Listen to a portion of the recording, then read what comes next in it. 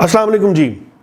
अक्सर औकात मुझसे ये सवाल किया जाता है कि अच्छी टीम कैसे तश्कील दी जा सकती है कि जिसके मदद से आपके बिजनेस को बड़ा किया जा सके, एक्सपेंड किया जा सके और बढ़ाया जा सके। इसका जवाब देने के लिए मैं हमेशा लोगों को उनकी बचपन की एग्जांपल देता हूं कि इंसान जब छोटा होता है वो हमेशा यू कैटेगरी के अंदर फॉल कर रहा होता है, यानी कि आप या तुम। यानी जब भी उसको किसी चीज़ की ज़रूरत होती है तो उसकी नज़र या तो माँ की तरफ होती है या बाप की तरफ होती है, क्योंकि वो अपनी हर ज़रूरत को पूरा करने के लिए डिपेंडेंट होता है। दूसरी कैटेगरी आती है कि जब वो काम को सीख लेता है तो वो इंडिपेंडेंट कैटेगरी में आ जाता है, जिसे वो कहते हैं आई।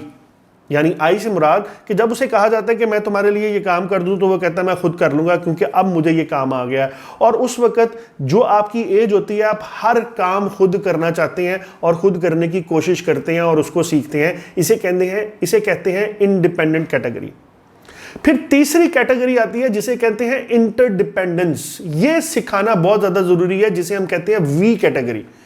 वी के अंदर मिलके काम करना, टीम बन के काम करना बहुत ज्यादा जरूरी है। इसको सीखने के लिए कुछ की पॉइंट्स आपके सामने रखूंगा और एक बचपन की कहानी को जरा डिफरेंट एंगल में आपके सामने रखूंगा, जिसकी मदद से आप एक अच्छी टीम तश्कील दे सकते हैं और अपने बिजनेस की ग्रोथ लेकर आ सकते हैं। इसलिए इस वीडियो को आखिर तक जरूर देखिएगा। अब मैं बात करूंगा तीन बहुत इंपॉर्टेंट पॉइंट की कि जिसको आप अगर अच्छे तरीके से समझे तो आप एक अच्छी टीम तश्कील देने के पहले तीन बुनियादी पॉइंट्स को समझ सकते हैं। देखिए, आप जिस ऑर्गेनाइजेशन में काम कर रहे हैं उसमें अगर आपके साथ, यानी आप एक बिजनेस चला रहे हैं, उसमें अगर आपके साथ 3, 4, 5, 10 लोग काम कर रहे हैं तो आपने उनके साथ विन विन सिचुएशन पर काम करना है।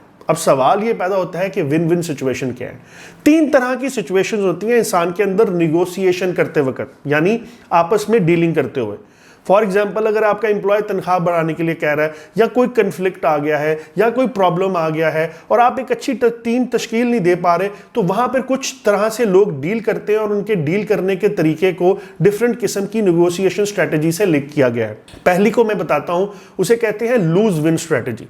जब मैं लोगों को जाके समझाता हूं कि आप अपने एम्प्लॉयज का ख्याल रखें और उनके राइट्स का ख्याल रखते हुए आप उनको उनके मुताबिक की चीजें जरूर दें तो आप एक अच्छी टीम तश्कील दे सकते हैं, तो वहां वो इस चीज को गलत समझ बैठते हैं और वो हमेशा लूज विन डील की तरफ जाते हैं। लूज विन डील का मतलब ये होता है कि मैं हारा तुम जीते। फॉर एग्जाम्पल, एम्प्लॉय ने सैलरी नाजायज डिमांड कर ली तो उसने कहा मैं हारा तुम जीते। ये है लूज विन डील। फिर इसके एक और कैटेगरी है जिसके अंदर विन लूज डील पे काम होता है, जिसमें पाकिस्तान में बेतहाशा काम हो रहा है, क्योंकि लोगों को पता है कि हमारे एम्प्लॉयज हम पे डिपेंडेंट हैं, इनको हमारी जरूरत है, तो हम विन लूज डील करेंगे, यानी हम हर बात में खुद जीतेंगे और इनको हराएंगे। जब भी आप इस तरह की कैटेगरी का इस्तेमाल करते हैं, चाहे टाइम के बारे में बात हो, चाहे सैलरी के बारे में बात हो, चाहे काम को करने के तरीके के बारे में बात हो, काम को सिखाने के बारे में बात हो, आप हमेशा as a boss, as a owner अगर विन लूज डील करेंगे कि मैं जीता तुम हारे, मैं जीता तुम हारे, तो ऐसे कभी भी एक अच्छी टीम तश्कील नहीं दी जा सकती। टीम को तश्कील देने के लिए आपको वी और यू के फर्क को समझना पड़ेगा। हम में से बहुत से बिजनेसमैन को जब यह समझाया जाता है कि ये आपकी टीम है, इसकी आपको जरूरत है, इनके साथ मिलकर काम करें, तो उनका एटीट्यूड आगे से ये होता है कि इसके साथ मैं मिलकर काम करूं और ये तो पहले ही मेरी सैलरी पर डिपेंडेंट है। भाई, आप ये समझ रहे हैं कि वो शख्स यू कैटेगरी में है, लेकिन आपको ये समझने की जरूरत है कि आपने वी कैटेगरी इस्तेमाल करनी है। आप उसकी डिपेंडेंसी को ना देखें, आप अपनी इंटरडिपेंडेंसी डेवलप करें, यानी आप वी कैटेगरी डेवलप करें जिसमें आपने मिलके काम करना है। और मिलके काम करना सीखना बहुत जरूरी है। हमारे छोटे बिजनेसमैन जैसे ही खुद मुख्तार होते हैं, यानी वो यू से आई की कैटेगरी में जाते हैं, तो उनका दिमाग खराब हो जाता है और वो खराब दिमाग से अपने एम्प्लॉयज को डील करते हैं, जिसकी वजह से कभी भी वो एक अच्छी टीम तश्कील नहीं दे पाते। एक अच्छी टीम देने के लिए आपके मुखालिफ क्वालिटी वाले बंदे को भी ऑन करना बहुत ज्यादा जरूरी है। वो काम जो आप करते हैं दूसरे वो नहीं कर पाते, फिर भी उसको अपनी टीम का हिस्सा बनाना बहुत ज्यादा जरूरी है, क्योंकि एक टीम में मुख्तलिफ क्वालिटी वाले लोग होते हैं जो मिलकर एक टीम बनाते हैं कि जहां आप वीक हो वो आपको उठा ले, जहां वो वीक हो आप उसको उठा लें। इसी तरह से एक टीम काम करती है। और टीम की एब्रीविएशन को अगर हम सुने या समझें तो उसमें TEAM का मतलब टुगेदर एवरीवन अचीव मोर। जब मिल के काम करेंगे तो सबके सब ज्यादा अचीव करेंगे। लेकिन हम में से वो इंटेलिजेंट लोग जो किसी ना किसी तरह से भी बिजनेस में कोई काबू पा लेते हैं, वो बाकियों को फारग समझते हैं। और ज्यादातर लोगों की नाकामी की वजह यह है कि वो ये कहते हैं कि मेरे जितने नीचे काम लोग कर रहे हैं ना, वो फारग है, मेरे जैसा एक भी नहीं है, मेरे जैसा मुझे एक भी मिल जाता ना तो मैं कमाल कर जाता। तो यहां ये समझ लें कि उसके अंदर आई फंसा हुआ है। वो इंडिपेंडेंट आदमी है, वो सिर्फ इंडिपेंडेंट से ही आगे जाना चाहता है। तो ये बात याद रखें कि अगर 5 साल से काम वो कर रहा है, 10 साल से कर रहा है, 20 साल से कर रहा है, तो अब एक टाइम के बाद वो एक सतह पे आकर रुक गया। इससे आगे वो नहीं जा सकता जब तक वो इस आई कैटेगरी से निकल के वी में नहीं जाता, यानी इंटरडिपेंडेंसी पे नहीं जाता। अब इसको समझाने के लिए बचपन की एक कहानी से बात शुरू करूंगा। आपने अक्सर कछुए खरगोश की वो पुरानी कहानी सुनी होगी जिसमें उनकी आपस में रेस लगी और उन्होंने कहा देखते हैं कौन तेज है। कछुए ने कहा मैं तेज हूं, खरगोश ने कहा मैं तेज हूं। खरगोश ने कहा ठीक है भाई, हिसाब लगा लेते हैं किसकी रेस है ज्यादा, कौन ज्यादा भाग सकता है। खैर वो आपस में शर्त लगाते हैं, रेस लगाते हैं। एक पॉइंट से दूसरे पॉइंट तक खरगोश साहब नहीं रुकते, वो भागना शुरू करते हैं और एकदम माइल्स का फासला ले जाते हैं। कछुआ राम राम राम राम राम से चलता है, लेकिन चलता चला जाता है। जब खरगोश देखता है कि बहुत लंबा फासला रह गया बीच में, तो वो कहता है थोड़ा आराम कर लेते हैं, आपने सुना होगा। तो वो आराम करता है, इतनी देर में कछुआ साहब उसके पास से गुजरते हैं और रेस को जीत जाते हैं। जहां पे मॉरल ऑफ द स्टोरी लिखा होता है कि slow and steady win the race, यानी आराम आराम से चलें और चलते चले जाएं तो आप एक ना एक दिन जीत जाएंगे। ये थी वो पुरानी कहानी जो हम सब लोगों ने सुनी हुई है, लेकिन इससे आगे की कहानी सब ने नहीं सुनी होगी, चंद लोगों ने सुनी होगी, जो कि बहुत इंटरेस्टिंग है। मैं आपसे शेयर करता हूं, जिसकी मदद से हम एक अच्छी टीम तश्कील दे सकते हैं। और ये लेक्चर थोड़ा लंबा होगा लेकिन आपके लिए बड़ा फायदेमंद होगा। अच्छा, अब टीम को तश्कील देने के लिए नेक्स्ट पॉइंट ये है कि खरगोश ये सोचता है कि मेरे अंदर वो कौन सी खामी थी जो मैं ये रेस हारा। वो सोल सर्चिंग करता है, वो खुद के अंदर गलती ढूंढता है। वो अपनी गलती को असेसमेंट करने के बाद ये कहता है कि यार अगर मैं रेस शुरू से लेके आखिर तक रुकता ना, तो मैं रेस माइल्स के फासले से जीत जाता। मैंने सिर्फ अपने काम को अधूरा छोड़ा। और हमारे घर में जितने बच्चे हैं ना जो तेज हैं, फास्ट पेस हैं, वो हमेशा हर काम शुरू करते हैं और उसको छोड़ देते हैं, हर काम शुरू करते हैं उसको छोड़ देते हैं। उनमें कंसिस्टेंसी का मसला होता है। अब उसने अपने अंदर सोल सर्चिंग की, अपनी प्रॉब्लम को आइडेंटिफाई किया, उसको रेक्टिफाई किया और दोबारा जाएगा कछुए से कि एक और रेस लगाते हैं। उसने कहा जी लगा लो। उसने फिर रेस लगाई। अब दूसरी दफा खरगोश पहले पॉइंट से आखिरी पॉइंट तक 1 मिनट के लिए भी नहीं रुका और माइल्स के फासले से रेस जीत गया। अब moral of the story change हो गया। मोरल ऑफ द स्टोरी ये बना, fast and consistent always beat slow and steady. यानी कि अगर आप तेज हैं और तेज होने के साथ साथ कंसिस्टेंट भी हैं, तो आप माइल्स के फासले से लोगों से जीतेंगे और हमेशा स्लो एंड स्टडी वाले को हराएंगे। इस बात को समझिए, जो हॉट ब्लडेड होते हैं ना, जो तेज काम करने वाले लोग होते हैं, उनके अंदर सबसे बड़ी प्रॉब्लम ही कंसिस्टेंसी की होती है।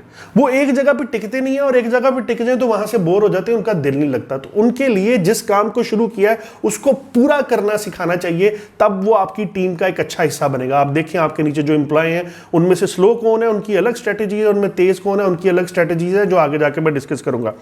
अच्छा, अब सिलसिलाकार ये होता है, यहां पर कछुआ ये सोचता है कि अब मैं क्या करूं। वो तो रेस जीत गया, उसकी तो इतनी स्पीड है, उतनी स्पीड तो मैं दिखा नहीं सकता, अब मैं रेस कैसे जीतूंगा। खैर वो सोल सर्चिंग करता है और अपने अंदर की क्वालिटीज को निखारने की कोशिश करता है कि तेज तो मैं नहीं हूं, लेकिन और मुझ में ऐसी क्या क्वालिटी है कि मैं रेस जीत सकता हूं। खैर वो वापस जाता है, जाके खरगोश से कहता है भी रेस लगाएंगे। खरगोश कहता है लगाओ race.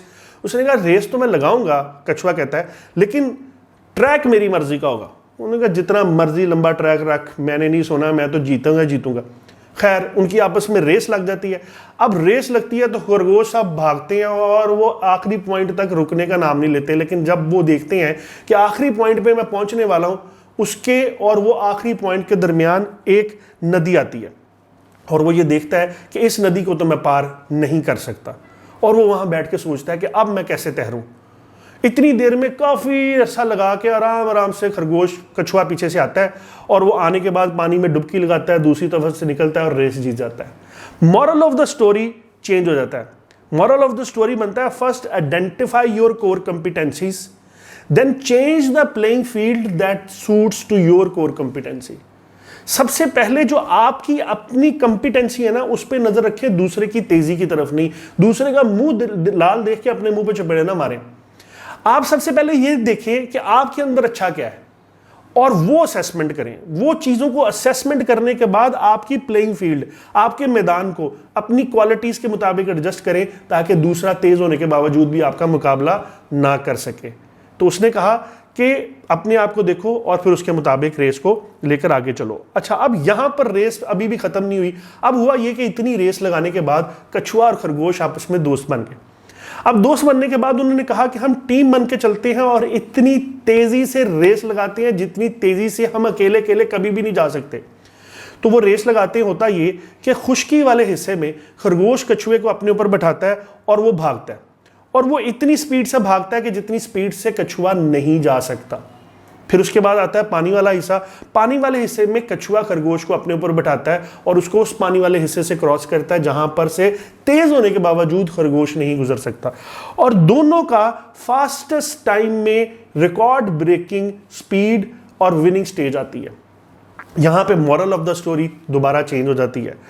Moral of the story ये कहता है, it's good to be individually brilliant and have core competencies, but unless you are able to work in a team and harness each other core competencies, you will always perform below par, because there will always be a situation at which you will do poorly and someone else does well. इसको आराम से समझाऊं, इसको उर्दू में समझाऊं तो ये मतलब निकलता है कि आपके इर्द गिर्द में कोई ना कोई सिचुएशन ऐसी जरूर होगी जिसमें तेज होने के बावजूद भी आप उस सिचुएशन में से नहीं निकल सकते। तो इसलिए अगर तुम टीम में रहोगे, जैसे कि टुगेदर एवरीवन अचीव मोर, यानी मिल के सब काम करेंगे तो ज्यादा तरक्की हासिल करेंगे। तो अगर तुम टीम में रहोगे ना तो कोई ना कोई ऐसी सिचुएशन जरूर होगी जहां पे तुम्हें अगले की जरूरत होगी। यार हमेशा आप देखें, ये जो गुरीला वारफेयर अटैक्स होते हैं ना, इसमें 4-5 लोगों की टीम मिलके 50-60 लोगों की छावनी पे हमला करते हैं और वहां पर सब लोगों को मार के आते हैं। अब उसमें होता ये है कि ये सब पे एक दूसरे पर इंटरडिपेंडेंट होते हैं और वी वाले कैटेगरी पे होते हैं, ना कि यू में। अच्छा, इन फौजियों का एक लीडर होता है। वो लीडर अपने आप को लीडर समझता है और कमांड करता है और अपनी बात मनवाता है और उसके ऑर्डर को कोई इनकार नहीं कर सकता। लेकिन कुछ सिचुएशन ऐसी होती हैं जहां पर उस लीडर का सबऑर्डिनेट जो कि स्नाइपर है, वो किसी ऐसी पोजीशन पे बैठा है जिसमें वो उनको कवर दे रहा है और उनको बता रहा है कि यहां पे लेटो, यहां उठो, यहां बैठो, यहां चलो। तो वो अगर आपको ये कहेगा लीडर को भी कि बैठ जाओ, तो लीडर का काम है वहां बैठ जाए, क्योंकि वो स्नाइपर है, उसकी पोजीशन ठीक है, उसकी स्ट्रेंथ ठीक है और उसकी स्ट्रेंथ में तुमने उसके अंडर काम करना सीखना है। यहां गलती करते हैं हमारे छोटे बिजनेसेस, वो अपने एम्प्लॉय की स्ट्रेंथ के ऊपर भी लीडर बनने की कोशिश करते हैं, जिसकी वजह से वो टीम टूट जाती है। वो बात तो सुन लेता है लेकिन वो टीम का हिस्सा नहीं रहता। वो कहता है एड्डा तू चौधरी है ना, तो तू फिर आप ही काम कर ले। ये बात को सही तरह से समझना बहुत ज़्यादा ज़रूरी है कि आप जब अपनी टीम का सहारा लेते हैं, आप डिपेंडेंट नहीं होते, आप इंटरडिपेंडेंट होते हैं और वी कैटेगरी में काम कर रहे होते हैं और टीम बना रहे होते हैं। ये वही दिमाग जो कि लीडर है, ये वही दिमाग जो कि स्ट्रांग है, यही समझ सकता है कि टीम कैसे बनती है। अगर इस पूरी स्टोरी को हम देखें तो इसमें हमने कुछ चीज़ें सीखी। पहली ये कि दोनों, कछुआ हो या खरगोश, उसने हारने के बाद हार नहीं मानी। तो इसी तरह से आपकी ज़िंदगी में अगर आप टीम नहीं बना पा रहे तो हारने के बाद हार मत माने, कोई ना कोई नई चीज़ जरूर ढूंढे। फिर दूसरी बात ये देखी कि खरगोश ने अपने अंदर सोल सर्चिंग करने के बाद ये देखा कि मुझे कंसिस्टेंट रहने की ज़रूरत है। तेज़ तो मैं हूँ, मुझे ज़रा थोड़ी मेहनत करने की ज़रूरत है। अब कछुए ने ये सोचा मैं तो बहुत मेहनती हूँ। कभी कभी इंसान का काम मेहनत से नहीं होता, कभी कभी इंसान का काम तेज़ी से नहीं होता। तेज इंसान को कभी कभी मेहनत की और कंसिस्टेंसी की जरूरत होती है, और मेहनत करने वाले इंसान को कभी कभी अपने हालात और वाकयात को चेंज करने की जरूरत होती है अकॉर्डिंग टू देयर सिचुएशन, यानी उनकी स्किल्स के मुताबिक। जैसे कछुए ने ये देखा कि मैं नहीं निकल सकता, तो उसने अपनी सिचुएशन को थोड़ा सा चेंज किया। तो अगर आप हार्ड वर्कर हैं फिर भी कामयाब नहीं हो पा रहे तो सिचुएशन चेंज करके देखें, लेकिन अगर आप तेज हैं, कामयाब नहीं हो पा रहे, तो कंसिस्टेंसी का प्रॉब्लम होगा। और आपका काम बीइंग अ लीडर ये है कि आप अपनी टीम में देखें कि कौन तेज है, कौन सुस्त है, कौन कैसा है, और मैं सिचुएशन को अपनी चीज़ों के मुताबिक कैसे ठीक कर सकता हूँ। इस छोटी वीडियोज़ में मैं सारी चीज़ें नहीं बता सकता, लेकिन कुछ पॉइंट्स मैं आप लोगों के साथ डिस्कस कर रहा हूँ। फिर और हमने इसमें चीज़ें देखी कि दोनों अलग अलग तो बहुत अच्छा परफॉर्म कर रहे थे, लेकिन जब वो मिलके काम किया तो बहुत ही ज़्यादा अच्छा काम किया। तो इसलिए टीम डेवलप करना बहुत ज़्यादा ज़रूरी है। आजकल का जो दौर है ना, वो है ही कोलैबोरेशन का दौर।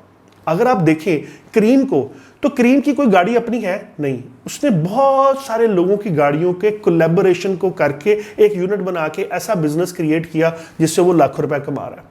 आप एयरबीएनबी का देखिए, क्या उसको लोगों की जरूरत है, उसको घरों की जरूरत है? नहीं, उसने बहुत सारे घरों को मिला के एक कोलैबोरेशन कर ली।